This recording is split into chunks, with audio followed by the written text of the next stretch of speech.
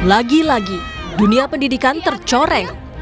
Sekolah yang seharusnya menjadi tempat menanamkan nilai-nilai luhur justru jadi arena pertikaian. Seorang guru SMK Negeri 3 Tanjung Jabung Timur bernama Agus Saputra dikeroyok anak didiknya sendiri. Insiden berawal saat guru menegur salah satu siswa yang meneriakkan kata-kata tidak pantas di lingkungan sekolah. Tetapi sang siswa justru tersinggung mendapat teguran dari guru sehingga membalas dengan kalimat tak pantas. Merasa seperti ditantang, guru refleks menampar siswa sehingga memicu kemarahan siswa-siswa yang lain hingga terjadilah pengeroyokan oleh sejumlah siswa terhadap guru. Dalam rekaman video yang beredar, guru bahasa Inggris SMKN 3 Tanjung Jabung Timur ini sempat terlihat membawa senjata tajam.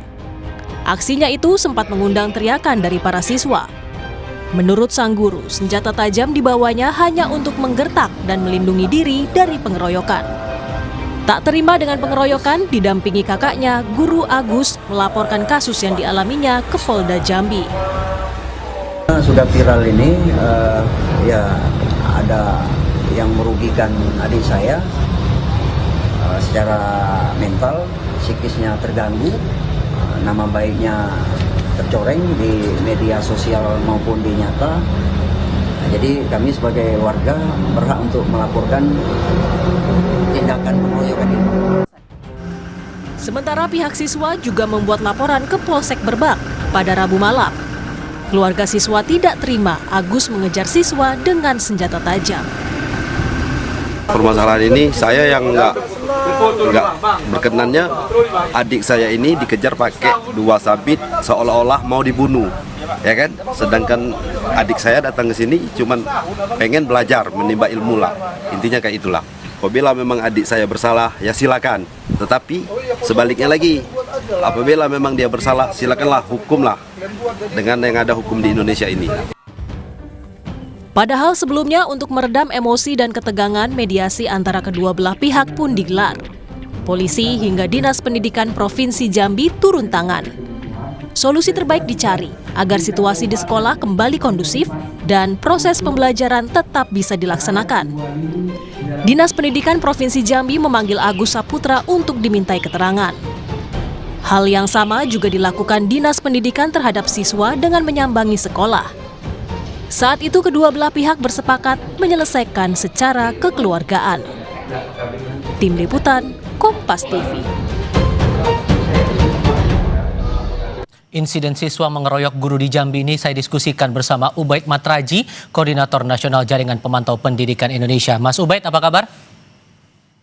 Kabar baik, selamat malam Bang Tifal. Terima kasih sudah bergabung bersama kami. Ada pengeroyokan di lingkungan sekolah, siswa berkata tidak pantas walaupun tidak ditujukan ke guru alasannya, lalu guru membawa senjata tajam dan itu di lingkungan sekolah. Fenomena apa ini? Jadi ini fenomena yang tidak hanya terjadi di bulan ini ya, tetapi di tahun-tahun sebelumnya sudah banyak terjadi hal yang serupa. Menurut catatan JPPI di tahun 2025, tahun kemarin, jadi di sekolah kekerasan itu ada kalanya dilakukan antara senior, junior, kemudian teman sebaya, kemudian yang ketiga adalah antara guru dengan murid. Nah, di antara 3 model kekerasan di sekolah ini justru yang paling banyak, jumlahnya sampai 57% itu adalah kekerasan antara relasi guru dengan murid. Jadi yang terjadi di Jambi ini adalah ya kita mengulang apa yang terjadi di 2025, di mana kekerasan antara guru dan murid ini kembali lagi terjadi. Bahkan di 2 minggu ya, sekolah baru dimulai setelah libur panjang.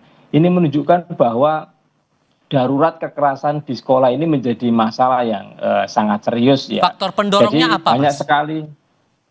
Faktor pendorongnya yang pertama, ini tidak pernah dilakukan pendalaman secara serius ya.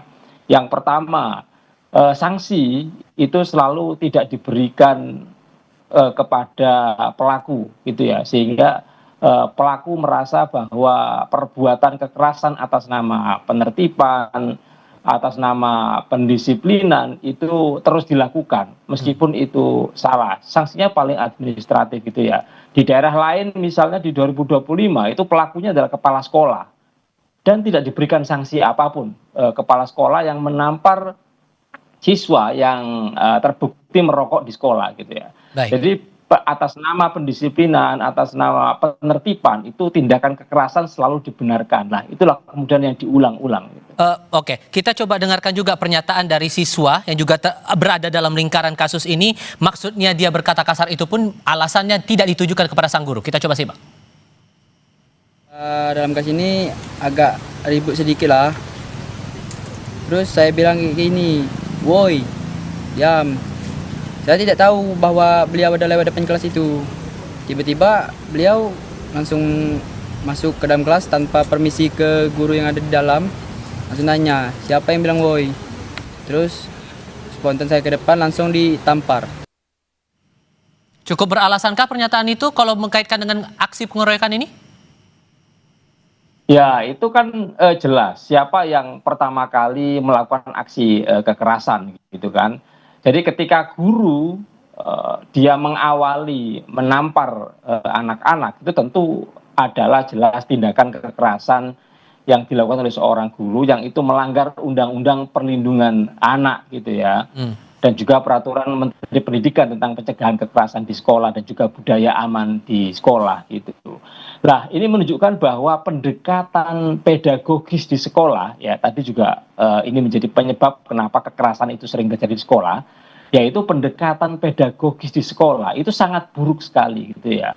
Jadi dalam rangka pendisiplinan anak, misalnya dalam kasus ini anak dianggap melakukan ujaran ya yang tidak sopan, itu tidak ada alternatif bagi guru untuk mengajak dialog, mendalami persoalan, kemudian adu argumentasi atau ada masalah apa, tapi tiba-tiba kemudian guru masuk ke dalam kelas, bahkan di kelas itu ada guru lain yang sedang mengajar lalu langsung emosional dan langsung menampar. Ini menunjukkan bahwa perspektif pendekatan pedagogis ini sangat buruk sekali bagi oknum guru yang terlibat dalam kasus ini ya. Oke, sudah ada mediasi tapi tidak ditemukan titik temunya, lalu sekarang sudah saling lapor, guru melapor murid, murid melapor guru. Ini akan jadi jalan tengah menyelesaikan masalah ini? Ya, ketika mediasi sudah dilakukan tetapi tidak menemukan juga jalan terang, ya, menurut saya ya harus dengan penegakan hukum. Siswa ya perlu mendapatkan keadilannya gitu ya. Guru kalau memang merasa dia merasa benar ya perlu mendapatkan keadilannya gitu. Jadi jangan sampai kemudian kejadian siswa seakan-akan mengeroyok guru lalu guru menjadi kebal hukum gitu. Karena itu kita buktikan saja di pengadilan. Siswa melapor, guru juga melapor, mari kita gelar perkara di pengadilan. Jadi tidak ada yang kebal hukum di sini. Jika siswa melakukan pelanggaran, betul, ya mereka harus menerima konsekuensi hukuman gitu ya. Begitu pula guru. Jangan kemudian di tahun 2026 ini Januari ya muncul Permendikbud tentang perlindungan guru. Lah saya khawatir ini ada Permendikbud nomor 6 Permendikbud nomor 4 tahun 2026 ini menjadi dalih guru menjadi kebal hukum. Jadi guru atas nama penertiban dia boleh melakukan kekerasan, atas nama siswa melanggar aturan lalu guru boleh melakukan kekerasan. Ini tidak boleh terjadi karena undang-undang perlindungan anak itu jelas tidak boleh ada kekerasan di lingkungan sekolah. Itu tadi tidak boleh terulang entah itu di sekolah yang sama maupun di sekolah lainnya karena lingkungan sekolah harus aman buat semua warga sekolah, pendidik, tenaga kependidikan, bahkan siswanya sekalipun. Mas Ubaid, terima kasih sudah berdiskusi bersama kami. Selamat malam, Mas.